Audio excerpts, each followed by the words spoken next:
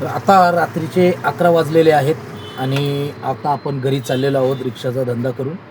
आणि घरून आलो होतो 6 वाजता आणि हा रिक्षाचा धंदा एवढा भारी आहे मित्रांनो, की ह्या रिक्षाच्या धंद्यामधून भरपूर असा पैसा जमा केला जाऊ शकतो. या रिक्षाच्या माध्यमातून चांगल्या पद्धतीने मस्त असं आपण पैसा जमवू शकतो. पण काही बेसिक टिप्स आपल्याला फॉलो करावे लागत असतात. आणि आता आपण धंदा किती केला आहे आणि कशा पद्धतीने किती आपला जमा झालेला आहे तो आता आपण बघणार आहोत. तर आता आपण मोजायला चालू करूया की आपला धंदा किती आहे. 200, 400, 500, 550, हा 600, 640, 660, 680, म्हणजे 700ला 20 रुपये कमी. 700ला 20 रुपये कमी म्हणजे 680 रुपये आपण धंदा केलेला आहे. आणि अशा प्रकारचा आपला दररोजचा धंद्याचं टार्गेट असतं. आज तर कमीच झालेलं आहे कारण की आपण आज घरून लेट आलो होतो.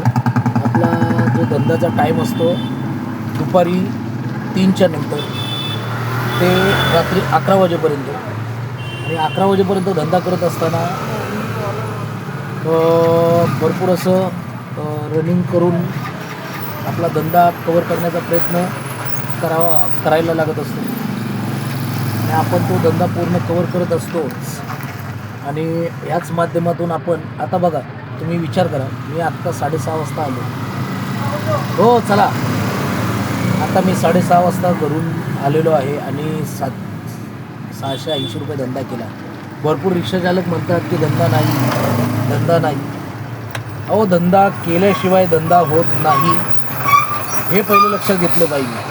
आणि भरपूर वेळा असं होतं, काही रिक्षावाले यूट्यूबवरती व्हिडिओ बनवत असतात. ते सांगत असतात की आमच्या बायका आमच्या पाठीमागे आमच्या बरोबर भांडणं करतात, तुम्ही एवढा धंदा का दाखवता.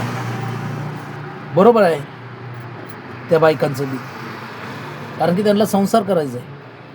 तुम्ही काही करा, कसंही करा, पण घरी पैसे आणून द्या. एखाद्या घरच्या बायकोला जर पैशांची कमतरता पडत असेल तर तुमच्याबरोबर भांडणं करणार की नाही याचा विचार करा तुम्हीच. 100% भांडणं होणार, कारण की आम्ही पैसे दाखवत राहणार आणि तुमच्यासारखे व्हिडिओ करणारी लोक रडत राहणार की व्हिडिओ करू नका, आमच्या बायका आमच्याबरोबर भांडतील. तर माझं म्हणणं हेच आहे की तुम्ही धंदा करा, म्हणजे तुमच्या बायका तुमच्या पाठीमागं हात धुवून लागणार नाही तर नंबरला लावतात 2-2, 3-3 तास. तसं करू नका आणि उचकी लागली.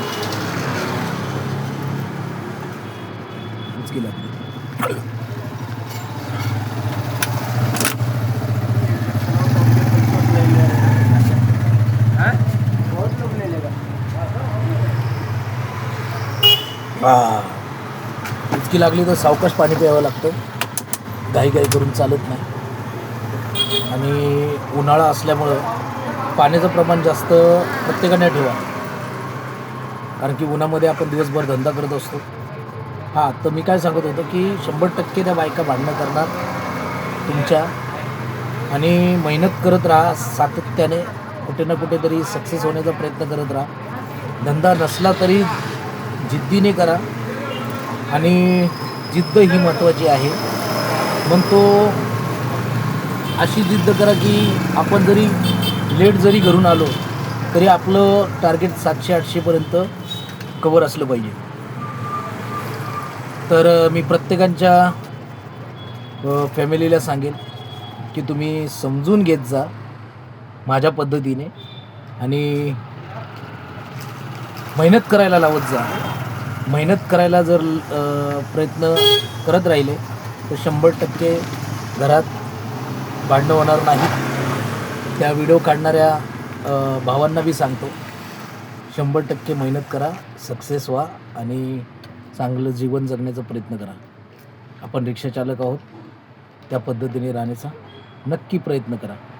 ठीक आहे, याच ठिकाणी थांबूया. जय हिंद, जय महाराष्ट्र.